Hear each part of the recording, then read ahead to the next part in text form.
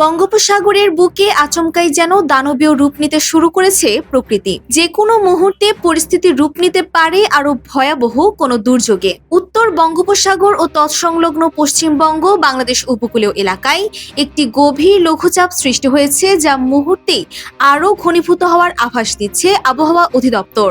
উপকূলে আছড়ে পড়তে পারে ক্ষিপ্রগতির ঝড়ো হাওয়া, সেই সাথে সমুদ্র উত্তাল হয়ে ওঠার চরম আশঙ্কায় ইতিমধ্যেই চট্টগ্রাম, কক্সবাজার, মোংলা ও পায়রা দেশের এই চার প্রধান সমুদ্র বন্দরকে ৩ নম্বর স্থানীয় সতর্ক সংকেত দেখিয়ে যেতে বলা হয়েছে।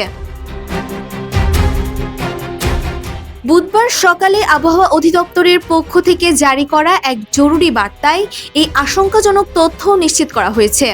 আবহাওয়াবিদরা জানিয়েছেন, লঘুচাপের প্রভাবে পুরো উপকূল জুড়ে এখন এক বৈরী আবহাওয়া বিরাজ করছে। সহজেই এই রূপ বদলানোর কোনো সম্ভাবনা নেই, বরং যে কোনো সময় শুরু হতে পারে প্রবল দমকা ও ঝড়ো হাওয়ার তাণ্ডব।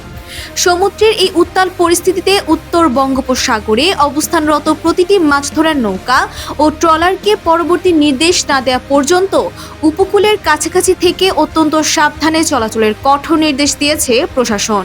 তিব্বত লাক্সারি সো, বাংলাদেশের রূপ। শুধু সমুদ্রই নয়, লঘুচাপের তীব্র প্রভাব পড়েছে দেশের অভ্যন্তরীণ নদী বন্দরগুলোতেও।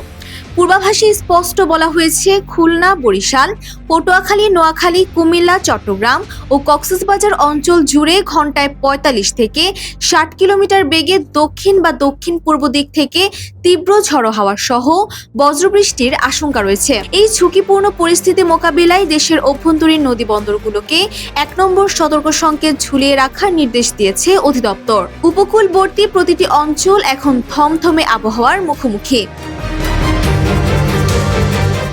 Desk report, Bangladesh bulletin.